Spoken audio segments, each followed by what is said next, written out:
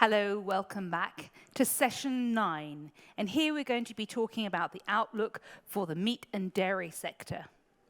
As in the previous sessions, we're going to be using Slido to interact. So please go to slido.com, put in the code AGRIOutlook and select session 9. And that way you'll be able to put questions to our speakers and participate in our poll at the end of the session. So what are we talking about here? Of course, the meat and dairy markets will be influenced by the big societal trends in terms of concerns about sustainability, societal and health concerns. And the meat and dairy sector will need to adapt to this and respect this when we look at our projections over the next 10 years. And we're going to, like previous sessions, divide our conversation into 3 areas. We're going to look at trends that affect production, consumption, and then the global dimension. You will find more about some of the highlights of the EU Agricultural Outlook report if you download it from the website of this conference and DG Agriculture. In our session now, we can only cover a few elements, but there's a lot more analysis and information in that report. So just to give us some context and to set the scene, I'm delighted to introduce our first speaker, and that's Sinead Waters. She's the research officer from TIAGSC. Please, Sinead, the floor is yours. Thank you very much, Tamsin, for the introduction, and thank you very much for the opportunity to speak at this very exciting meeting today. As you said, I'm from TIAGSC in Ireland, so this is the Irish Authority for Food and Research, in Ireland. So if I could see the slides, please, it'd be great if we can make a start. Thank you.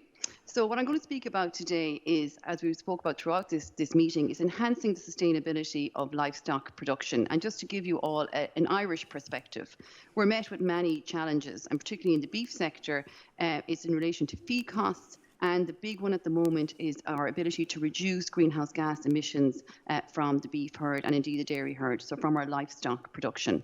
So my name is Sinead Waters. I'm a principal research scientist at TIAGSC in the Animal Bioscience Research Department in TIAGSC Grange.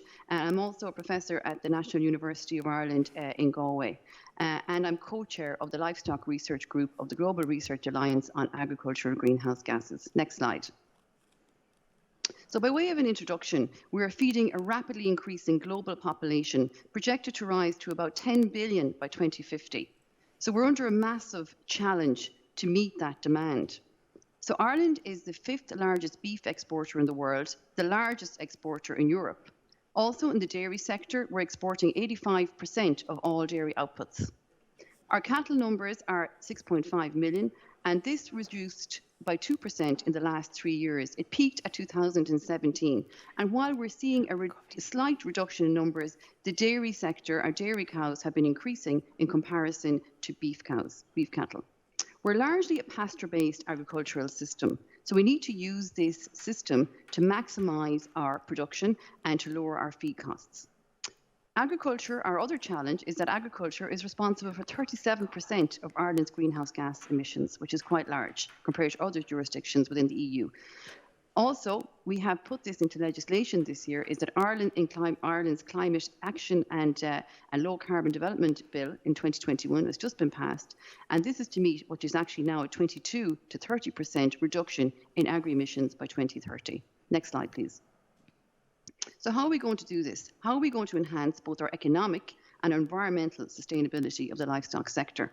The first is by reducing our feed costs, and this is a particular problem for the beef sector. It's really, really large costs in terms of feeding animals.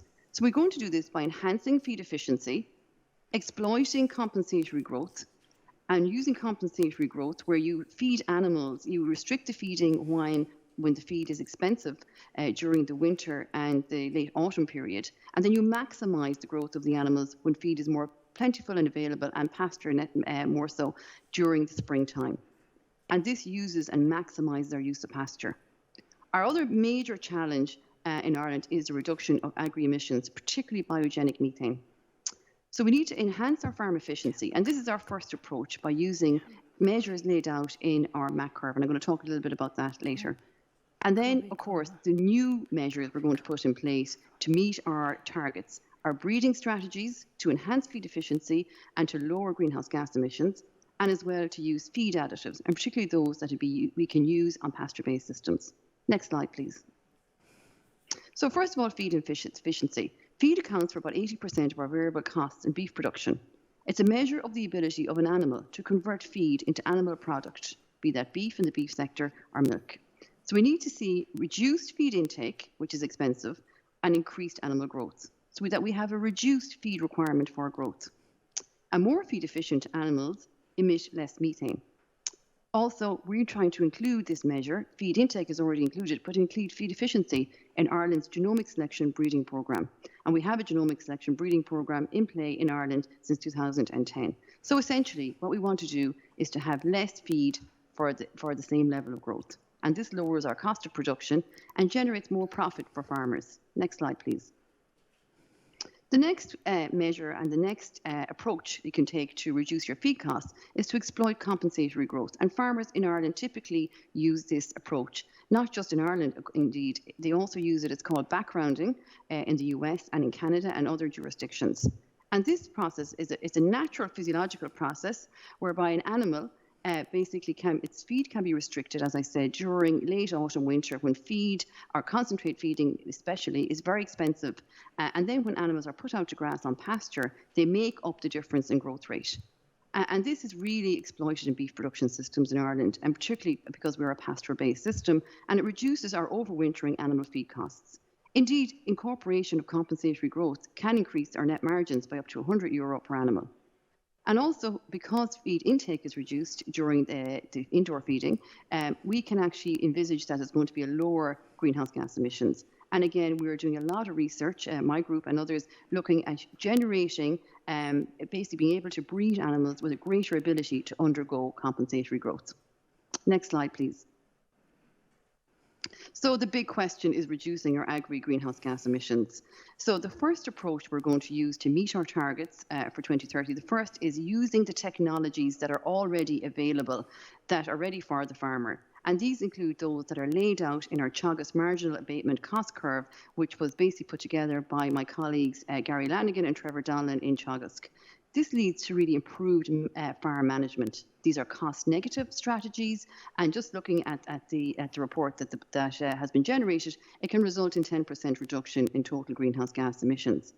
These measures include measures such as extending the length of grazing, increasing dairy cow genetic merit using the economic breeding index, optimising age of first calving, increasing daily live weight gain, optimising calving and lambing rate, and a big one that we are addressing now in Ireland is lowering the age at which the animal is slaughtered, that the animal is on the farm for a lower period of time.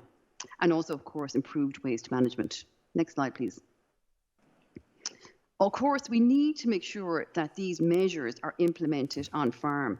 So these basically are technologies that are ready and available. So we have a program that's been led by Teagasc called the Signpost Farm Program. And this is really the acknowledgement that the farmers are the custodians of the land, and we need to support them to implement greenhouse gas mitigation. The Signpost Program promotes climate action by farmers. So it's basically holding hands with the farmer to help them to implement these technologies on their farms. It's a multi-annual campaign to promote climate action by all Irish farmers, and it helps to create more profit as well as sustainable farming enterprises. Next slide, please.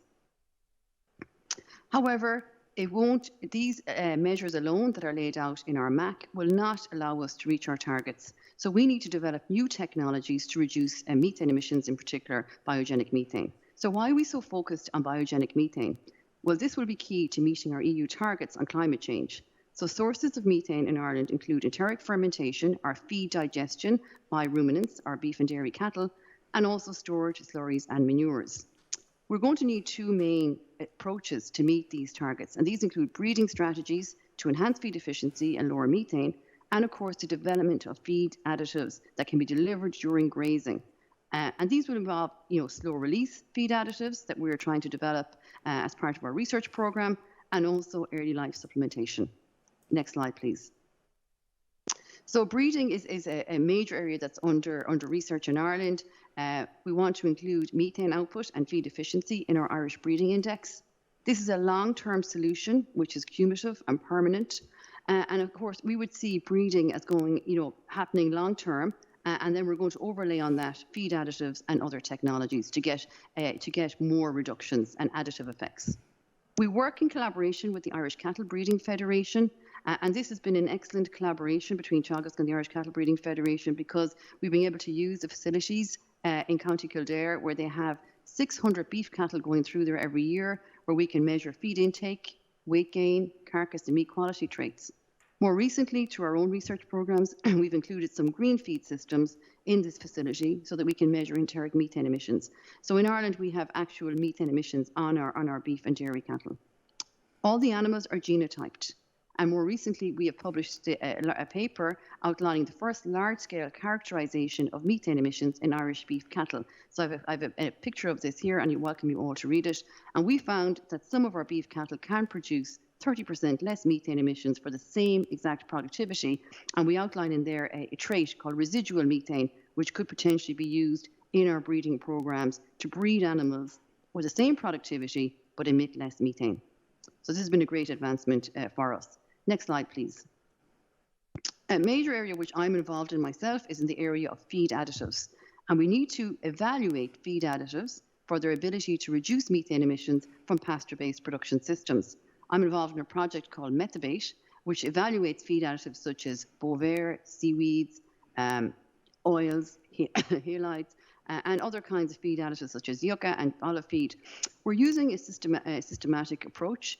Some additives, there isn't as much data on them, so we have to go back to the in vitro stage and evaluate those in vitro and indeed in animal, beef and dairy production trials. Currently, we are carrying out a very exciting beef trial on bovaer in Teagasc Range, where I work, and it's great to have that opportunity. Others that are coming through, we're analysing seaweeds and others. Also, we're looking at the mechanism of action by analysing the microbes in the rumen of these animals. A big area of research that will be important for us in Teagasc and in Ireland is the ability to be able to generate slow-release or encapsulated feed additives for delivery during grazing, because a lot of these additives are generated for indoor systems. But of course, a lot of our production systems are outdoors or during pasture grazing systems. Also, what's going to be very important is for consumer safety to ensure not only that the feed additives don't have any negative effects on production, but also has no negative effects on meat and milk, their nutritive and their toxicological composition, essentially no residues. So we do a lot of work in that area. Also, we need to make sure that the sustainability is ensured so that the production of these additives does not have any life cycle analysis implications. And of course, for the farmer, there needs to be farm-level cost effectiveness. And this is evaluated through the National Farm Survey. Next slide, please. Another exciting area of research is early life intervention. So if we could feed a calf early in life, the feed additive, and if these effects persist, this would negate the necessity to have to feed an additive during grazing.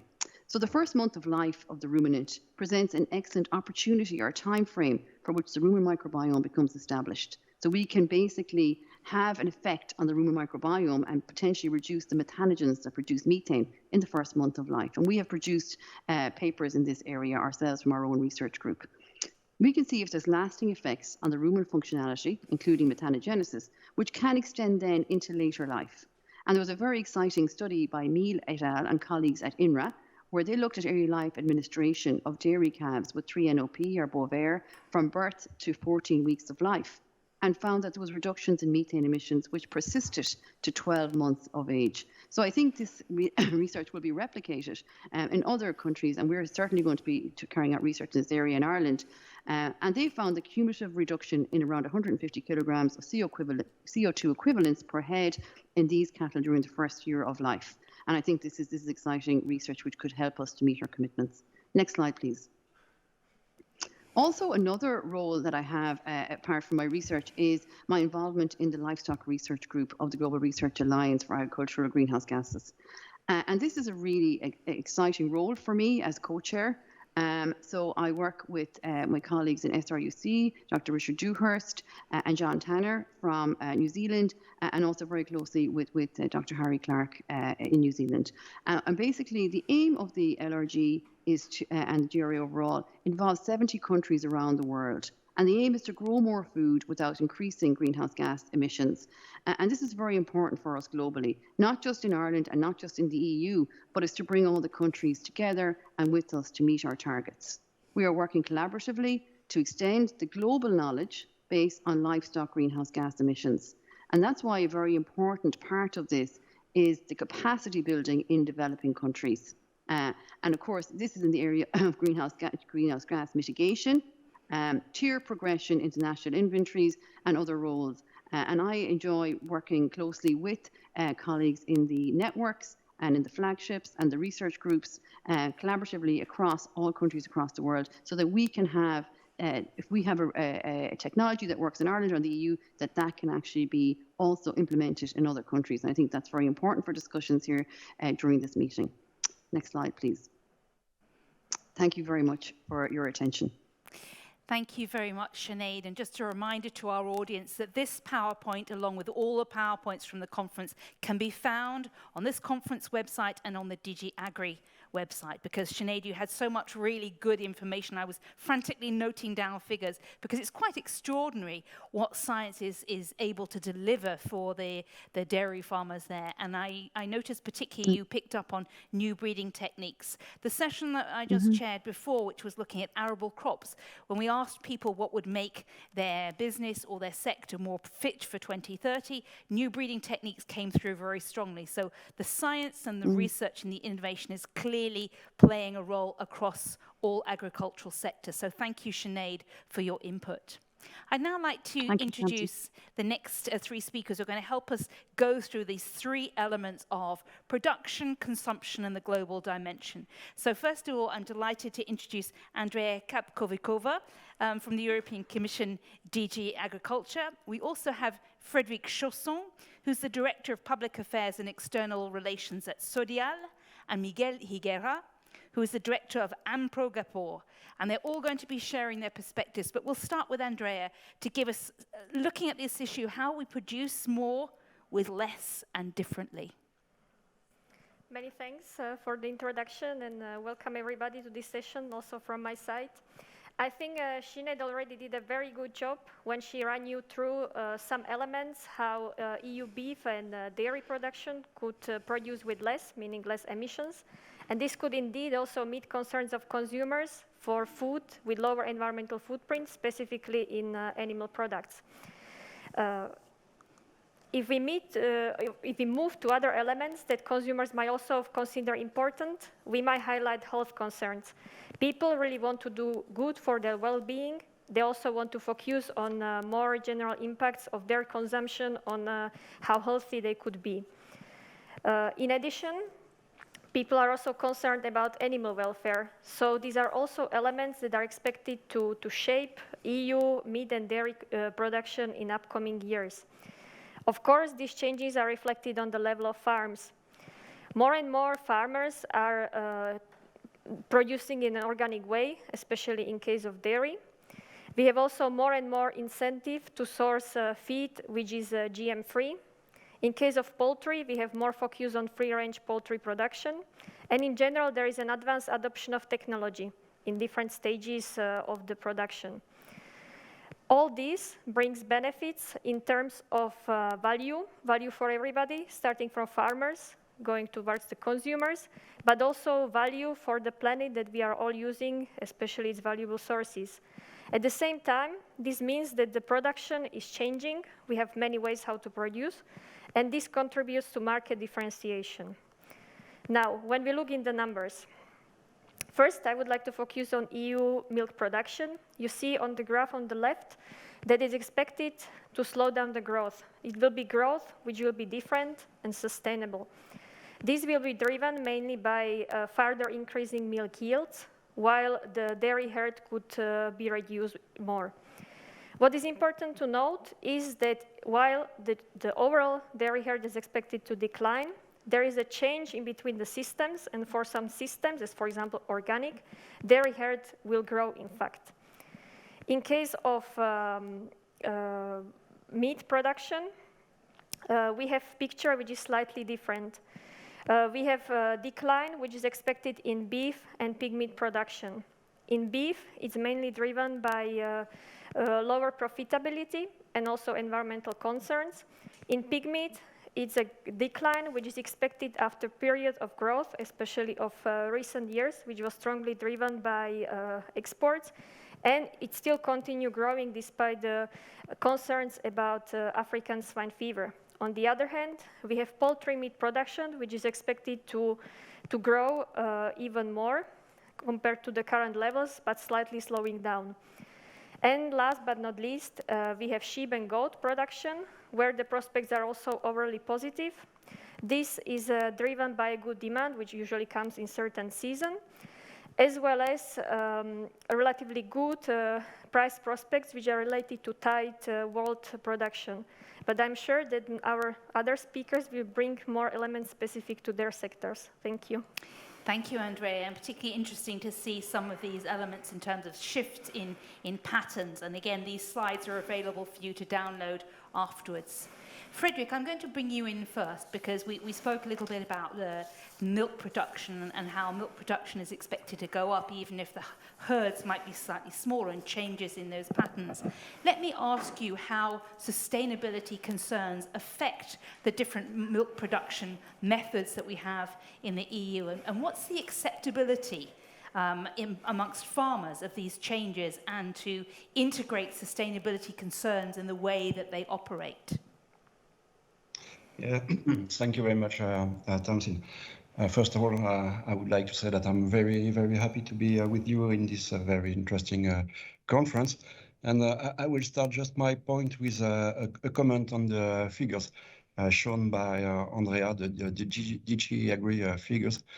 We saw a growth, a slight growth certainly, but a growth of dairy production till 2030, and I think that these figures are quite optimistic, I would like to say. This is not the feeling currently in France or other countries such as Germany, for instance. So I think that all social trends and social concerns which are currently occurred have impacts on production currently, and they will have more and more impacts in the futures. Talking back to sustainability, I would say it's not really something new in the dairy sector. For instance, when I talk about Sodial, we implemented a program a long time ago with our farmers according to their specific situation. And in those programs, we have animal welfare, grassland, GMO-free, specific program for mountain areas and so on. So this is something quite usual, I would say, for our business. The challenge here, the real challenge here, is to get those programs aligned with citizen expectations and the market needs. And as everybody knows, that can differ a lot in the supermarket, in the start of the supermarket and in the end of the supermarket. There is often big differences. Frankly, our farmers and especially the new generation is asking for guidance and support in the way to run the farm and to produce the milk in a more sustainable way. So it's not really about the acceptance of farmers, but about market realities. And we've seen, for instance, Andrea talking about organic. We see, for instance, in the organic milk segment, there is a big gap, especially in France, between the consumers' expectations and the political ambitions and the market realities. What VP Franz Timmermans has called the sustainability premium for more sustainable milk and dairy on his dairy farm visit earlier in this week.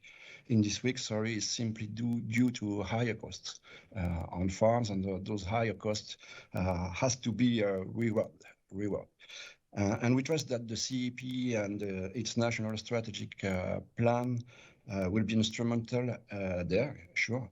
but public support can be the only part of the solution. We, Frans Timmermans said, food prices will have to go up in order to allow farmers or owners to produce quality milk sustainability. Without a clear vision on this economic sustainability, there is no basis for the farmers to accept and to adhere to a sustainable scheme. And so, to quote once again VP Frans Timmermans, quality food comes with a price. Thank you very much. And I think this is a key message that, quality has a cost and this needs to be addressed. Let me invite Miguel to share, if you can give us some concrete examples of how do you do things differently and still stay productive and efficient?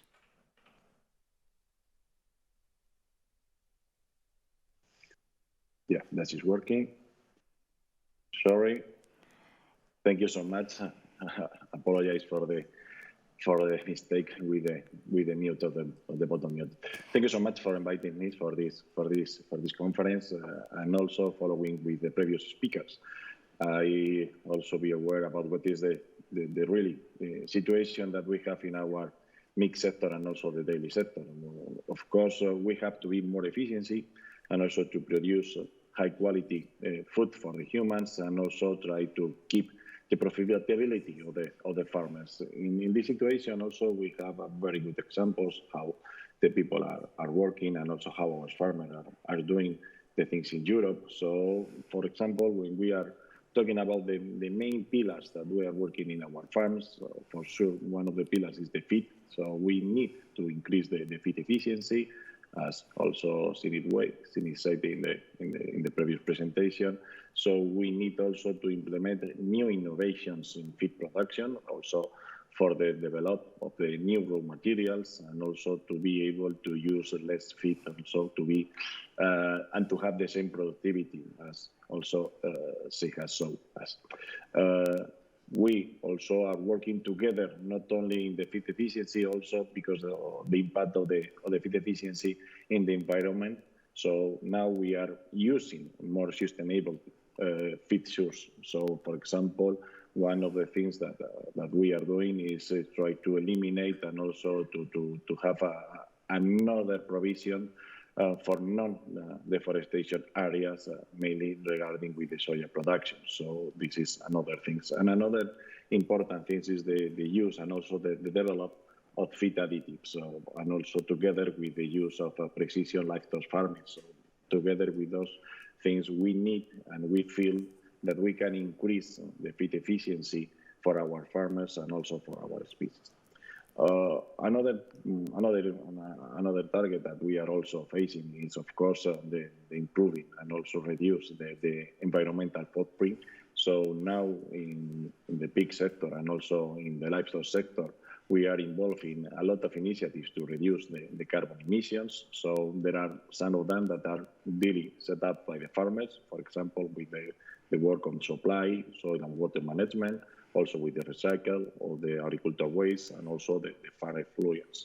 So as a result, we are making the livestock sector more advanced in the world. But at the end, there are a lot of diversity of the different kind of production of all the European Union. So we think that there is not only one solution for all the farmers. So there have to be a range of different solutions depending of the system of productions, and also the area or the geographic that we have. For sure, there are a lot of things that we are working and working every day in improve our animal welfare. Another time, the European producers are the world leaders in animal welfare. Now we are preparing for the future and increase another time the standards in animal welfare, making maybe in the short future the phasing out of the cages. So we have to evaluate space by space what is the implication that is going to have to remove the cages for the animals, and also what is going to be the impact, the social impact, economic impact, and also the environmental impact. For this reason, of course, it's clear to a very good sustainability of the production that is needed to an adequate transition period for these new and future requirements that we are going to have. And last but not least, another aspect that we are working is, of course, it's in animal health, and also the reduction of use of antibiotics that we think that is one of our more consumer demands, and we have to be clear that this is the direction. And we, in the last 10 years, we have had a reduction of 43% of our consumption of antibiotics. Thank you very much, Miguel. And an invitation to you in the audience, if you've got questions or things that you'd like to get the panel to comment on, please use the Slido. Make sure that you are in the correct session. That's session 9, looking at meat and dairy. And we welcome your questions. Before we move up onto the issue of consumption, I just want to pick up on the last thing that Miguel mentioned, which was that farmers are looking to reduce the use of antibiotics. And of course, that's a core concern we see in issues around climate change and future pandemic risks. Miguel, could you just say a little bit more about what that involves? Because of course, you know, my background is I do a lot of work in health, and we know that the majority of antibiotic use is in the agricultural sector. So it's a clear priority to work on. How much room have we got to make progress on that? Yes, I think I'll agree with you that is one of the main concern for us is the not only the reduce only the consumption of antibiotics, is also to try to reduce the bacterial resistance. So, and now in these issues, we have to work in different levels at the farms. So first one is, of course, to increase the sanitary plans, and also what is the system that try to increase and reduce the disease in the farms. For this reason, we have 2 actions that we are implementing in all the farms in Spain, that is increase in Spain and also in Europe, of course, is increase the biosecurity to try to prevent the entrance of the disease in the farm, and also have a very clear separation between the risk area that is outside of the farm and also the clear area that is inside of the farm. The other, of course, is increase the power of the animal, the immunology, that is, of course, the use of vaccines. For this reason, we are increasing more and more the use of vaccine, and also we would like to have more disponibility of vaccine for all the species and also for all the disease to try to reduce the pressure of the disease. For sure, it is needed because there are sick animals, and also this animal have a bacterial disease. Is needed to use the antibiotic. But for this reason, there are another 3 pillars. That is the precision livestock farm. So to be sure what is the animal that is can be sick, to detect, have a very correct diagnosis, make the sensible test to choose what is the better option for the treatment of the animals, and if it's needed, use it. So at the end, what are we looking for? We are looking for to try to increase the sanitary of the animals, the healthy, improve the health of the animals, and try to reduce the use of antibiotics. I think the objective of 2013 to reduce the 50% of the consumption of antibiotics in Europe is something that is a reality, and we are also in the line to try to get it. Excellent. Thank you very much, Miguel. And you've already been quite active, the audience, on Slido, and we've got several questions coming in that are specific to Sinead. So if I could bring her back online, we'd like to get her to pick up on a couple of different things. And the audience are asking her about the overall approach. And if the approach is to reduce emissions, was a very simple response, reducing herd size. Was that considered as part of it? To what extent is her efforts aligned with the IPCC report on what needs to be done on greenhouse gases? And also somebody said, yeah, have you actually also integrated animal welfare issues into your broader sustainability issues? It isn't just what you feed the animals, but it's the quality of life. Sinead, are you there? Yeah. Can you answer a couple of these questions? Hi, Tamsin. Yeah, I'd be delighted to answer some of those questions.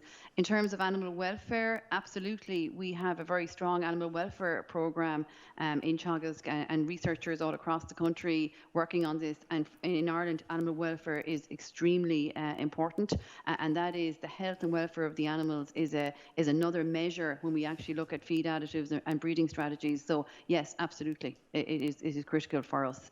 We would have a history of that in Ireland, having a very good animal health welfare. And the other question of herd size, we reckon that we can actually meet our targets without reducing herd size. But we have technologies available in terms of the MAC curve, which I spoke about. We reckon that we will have these integrated on farm very quickly, and before 2025, we should have our newer technologies available. be it the breeding initiatives and feed additives, as well as multi-species swards and other things I didn't have time to speak about today. So we envisage having a stable herd and having these technologies implemented on top of that. And with these technologies also, they will improve production and in many cases. So that would be our approach. Thank you. And the final point about, have you seen the latest information on methane emissions in the IPCC report? And does that cross-reference with the work that you're doing and the kind of results you've found? Yeah, absolutely. So we absolutely do. Methane is one of the hardest greenhouse gases to mitigate against, considering our large number of ruminant animals in the country. So what we're taking the approach is that we will mitigate nitrous oxide and other greenhouse gases first, where the technologies are available. And then when we're developing our technologies on the feed additives and breeding strategies, they will be coming in in another, say, year or two. So we need to get the other greenhouse gases. We'll meet targets on those earlier, and then we will on methane as well after that. So absolutely, we're cognizant. We're very much aligned with the IPCC report, and that we will actually be meeting our 2050 targets and indeed 2030 targets. Thanks, Sinead. And if I could just add one question as well, because you indicated that you're part of the global research on reducing climate emissions, and that this is a particular area that you enjoy doing. Let me ask you a question. There are other parts of the world that also have livestock, and you've identified these amazing ways that we could reduce the emissions and make it more efficient per animal. But how much of that information, that research, that technology, that know-how is going to be behind a wall of patents, and how much can actually be involved? Can we share this with other parts of the world so everyone can make progress and we have the same level of efficiency and productivity in other parts of the world? Yeah, it's a very important point, Tamsin, and I guess as part of the work we do in the GRA, we work very much in capacity building. So there is absolutely no point in us making progress in the EU and in the developed world when you see the large areas of the world, and particularly where ruminants are increasing in population size. So we need to be able to have any of the strategies that we develop and technologies that these can be implemented in developing countries. And it's not just really the mitigation technologies. They need to be able to measure greenhouse gas emissions, be it methane and other greenhouse gases, so that they can actually move as well to tier progression within their countries. So really what you want here is, and I'll give you some examples of some very good approaches, would be, for example, we involve the developing countries in our networks, in our groups. They share ideas with us.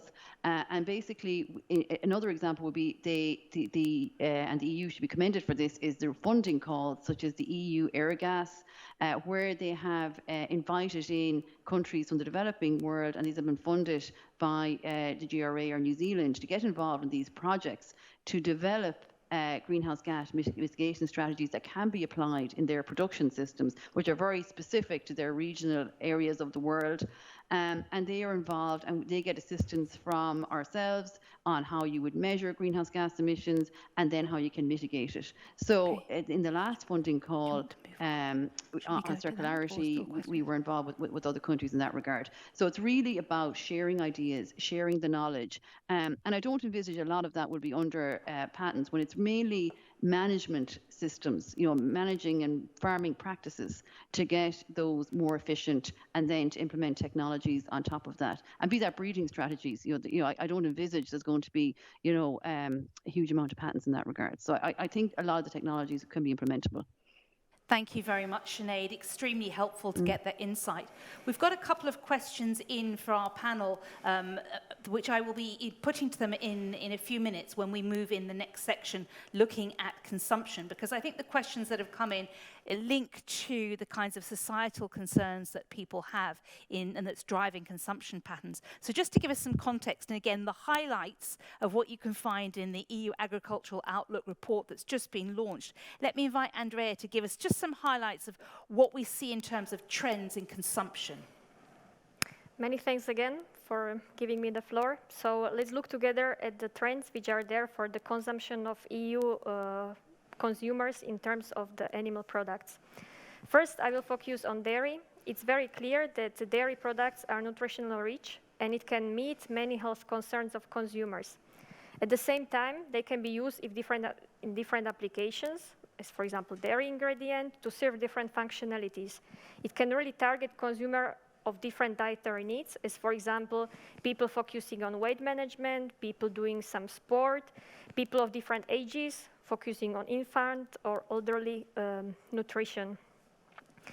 At the same time, people are changing their perception of where the products come from, and this is also what we are expecting that will drive even more important role, so the origin of the products. All this could still support further growth of EU dairy consumption, even beyond currently relatively high levels. When we zoom into products, as you can see on the right-hand graph, there is still more room for milk powders to be used, especially in processing. Same for cheese, also to come from the direct human consumption. Also for butter and cream, here the processing is important as well. And when we look into other category of fresh dairy product, the example of drinking milk, the light blue bar, you see that the decline is expected to slow down. Here is where the market differentiation is playing a big role. So there are different drinking milk types that consumers can focus on and can make their decision on. In terms of meat, in meat, the development of consumption mirrors the development of production.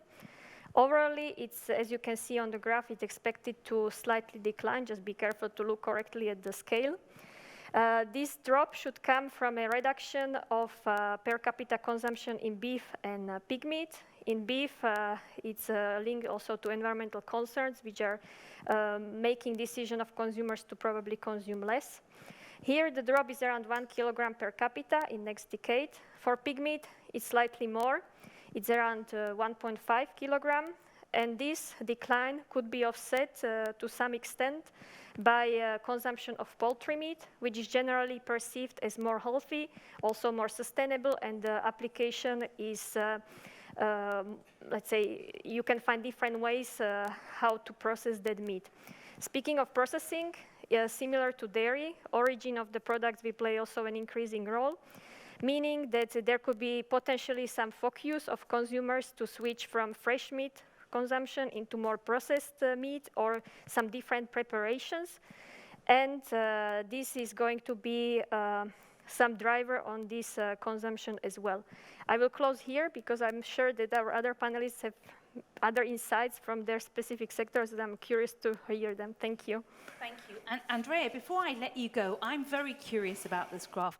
What happened in 2013? Because I can see on that graph there's a big drop, and it climbs right back up. So in 2017, there's more consumption. And even with the decline in meat consumption that you're projecting to 2031, it is still above the levels that we had back in 2011. So there's quite, over the past 10 years and looking forward, there's big changes. But even if we're consuming less in the projected future, we're still above what people were eating in 2011. Just help me understand that. It would be more useful if you see the curve a bit backwards, because the developments of meat consumption, they also were changing with, for example, economic crisis, which we saw there, that people were reacting, and sometimes the consumption, especially for specific types of meats, but not only meats, is driving their decision also in economic terms. And there, of course, you have the increasing, which is coming later on from well-being, and also finding a new ways where to consume. So I would say that there is this increase, but now even more campaigns to maybe advertise different ways of producing meats are behind the slight decline. But as I said, it's the decline just to be read in the scale of the graph, because it's not dramatic. Right, okay, thank you. It was just very surprising, and I recognize I'm not an agricultural expert, but to a fresh set of eyes, I was interested in that. Miguel, I'm going to start by bringing you in. First of all, we had a question before, which where somebody said in Spain, you have recently, in the last few years, increased pig meat production. by 20%. What was the key driver of that, and was it sustainable, especially when we've just heard from Andrea that there are projections going forward for the next 9-10 years are that there'll be a slight reduction in the demand for pig meat. So big increase in Spain in the last few years. Is it sustainable given where we can see or project demand to go? Thank you for the question. Maybe the situation in Spain we have to consider in the time that has been done this increase of the productions. Also, to be more accurate, we have had an increase of 28% of the productions in 2013. 2013, in the European Union, we changed the legislation in animal welfare in the pig sector. So the previous year, until 2013, we think that we have had a stop of the increase of the production due to the difficulties to understand what is the legislation have to be applied in the farms. After 2013, all be clear, the legislation had to be applied. And also in this moment, Spain was the main country in increase in the number of farms with the new system of animal welfare of production. So that means an increase of 28% of the total production since 2013. So the maybe one of the drivers was, of course, the legislation in animal welfare, make easier to build new farms without cages. And of course, in the last period, since maybe 2017, 2018, has been the increase and also our competitiveness in the third countries, the market. So, of course, we have speaking at the beginning, talking about the animal welfare, but at the end, the most important driving for the market has been the African swine fever in the Chinese and in Asia regions. Of course, we now are stopping and slightly reduction the increase of the production in Spain. The situation in the global market makes that we have to consider that this increase has to be not in this progressivity. So we are now trying to find the stabilization in our market. But of course, not only the production is increases in Spain, also we have an increase of the industry in Spain. So at the end, we are now another time become an importer of pigs for beer slaughter in Spain. So the total of the meat production in Spain have increasing more than our farming production. In the short future, we have the second largest country in the European Union. We need a lot the use of manure to fertilize our field to the production of agriculture. So we really believe in the circular economy, that the farming and also the livestock have to be very add value for the agriculture farmers. Also in this situation that we have already with the fertilizer, the chemical fertilizer are very expensive. So the only possibility to increase the plant products and also the agriculture products is based in a circular economy together with the farms, the animal, the livestock, and also the agriculture. Yeah, and just briefly, I'd like to bring in Frederic on this point, because we noticed changing patterns of consumption amongst consumers, and we heard from Andrea potential ways forward, different diversification of dairy products that might be of use. What can you reflect on for the dairy sector? What are the different applications of dairy products that could support consumption patterns and that would allow farmers to diversify the ways they could get their products used?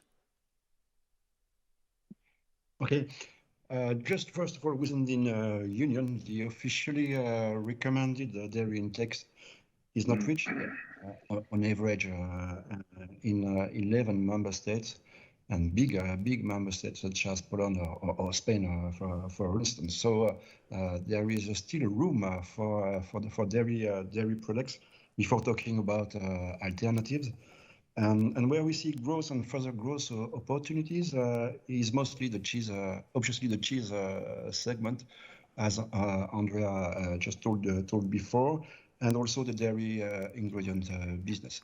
For the cheese, we have to be cautious, because the world deserved positive image of cheese can be darkened by legislative actions such as nutrition label does not take into account all the unique nutritional value of those products. So I think that the future of cheese is bright, but we have to be cautious.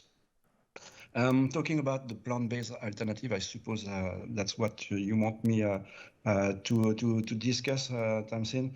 The market reality is clear, and they are complementing the dairy products in the shelves of our supermarkets, and it's quite an amazing growth in those shelves. From a nutritional quality and value perspective, I think that, and it won't be a surprise, there is no real alternative to milk and dairy products, I think, and Jeanette mentioned it before.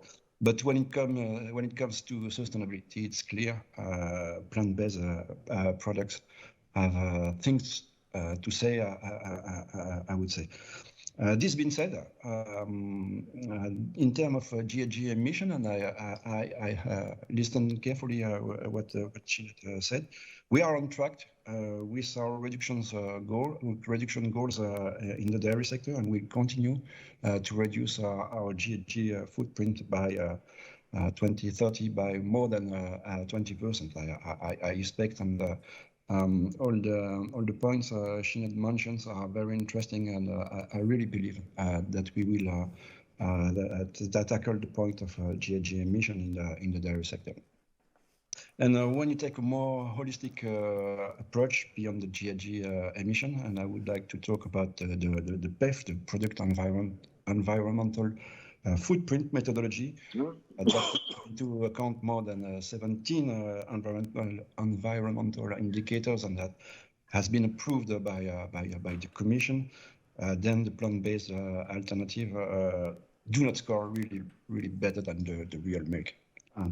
And as soon as you integrate the nutritional value into the calculation, then the milk and the dairy is the sustainable alternative to the plant-based products. So there will be an interesting match between those products, and I really believe in the dairy sector. And even if the plant-based are very interesting, we don't have to opposite the plant-based and the dairy products. I think that there will be once again a bright future for dairy products. Thank you very much. And I'm going to move to the last segment of our session, where we're going to look at the global dimensions, because everything we'll be speaking about, it shows how connected Europe is to global markets and the global sustainability and societal challenges, particularly around the change in food systems. I noticed that we've had a couple of questions coming in from the audience asking the bigger contextual questions about, the role of intensive breeding and intensive agriculture and the impact on the environment. We've had questions also about food and additives. Is that in line and aligned with the political goal of greater organic production? So I think we'll try and pick that up in our conversation around global aspects. But first of all, to give us the context, Andrea. Many thanks again. So let's look at the global dimension of animal production.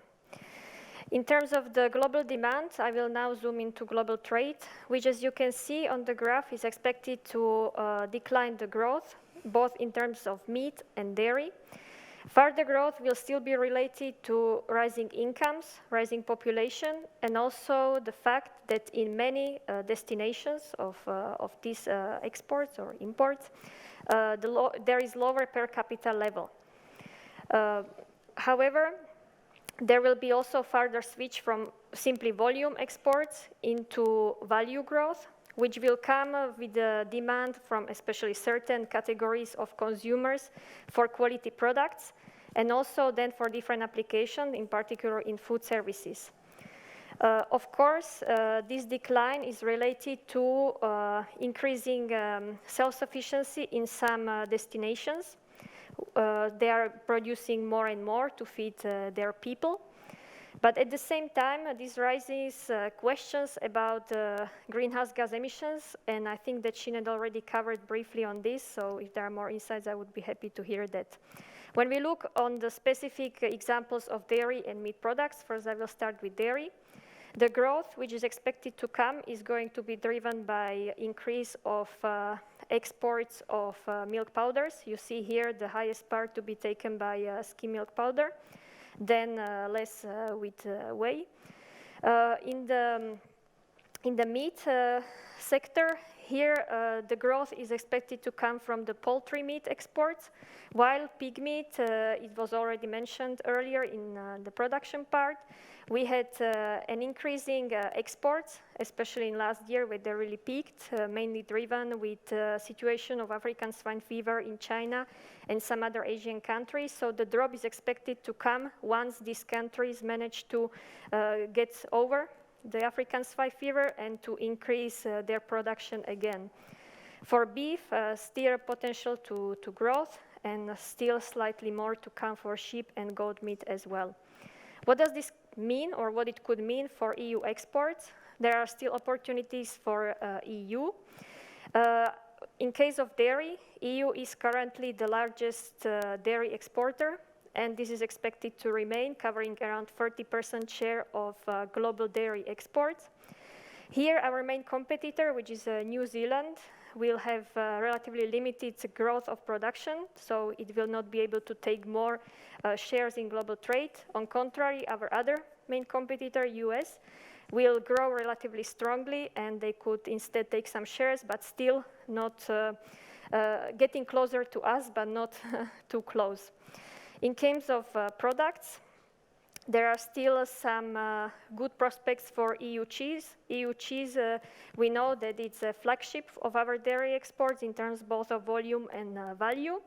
There is also more room for milk powders to be exported from the EU. I will just example of whey powder, where we see in recent years, and in particular this year, that this product is increasing in terms of exports, also in the application in food products. And this could indeed gain, and then also to bring the value. Now when we look in the meat part, meat exports, here the developments will be mirrored with the developments of global demand. With these developments, EU could slightly reduce the share in global meat exports from currently around 20% to 17% by 2031. This reduction will come from reduction in pig meat exports. No surprise there, because what we just mentioned, that there is an expected drop after the peaks achieved last years.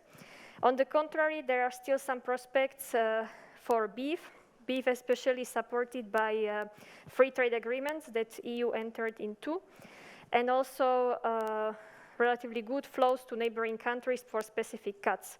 Speaking of cuts, this is also the case for poultry meat, where EU can continue benefiting for demand for cuts, as for example wings that are not demanded in the domestic market and instead could be exported elsewhere. And here the competition could become a bit stronger, especially from Brazil. So I will conclude here with the general picture on global dimension for meat and dairy exports, and I hand over to you, Tamsin, and our panelists. Thank you. Thank you very much, Andrea. So an interesting picture looking at what we can expect in terms of global trends, and also you gave us some reference points with our nearest competitors in the area of milk. And the EU is clearly the very dominant player in global markets. Let me invite Sinead to come in and give us again a perspective with her hat on as being the co-chair of the Global Alliance. We touched on this earlier, but obviously this is important. We heard yesterday from the Food and Agriculture Organization that we're looking at 800 million people globally that are in areas of food insecurity. It's been exacerbated by COVID and conflict. So we heard earlier today about the importance of being able to contribute to a global food system that supports and feeds a growing population. So what perspective can you add to our conversation? Yeah, so thank you, Tamsin.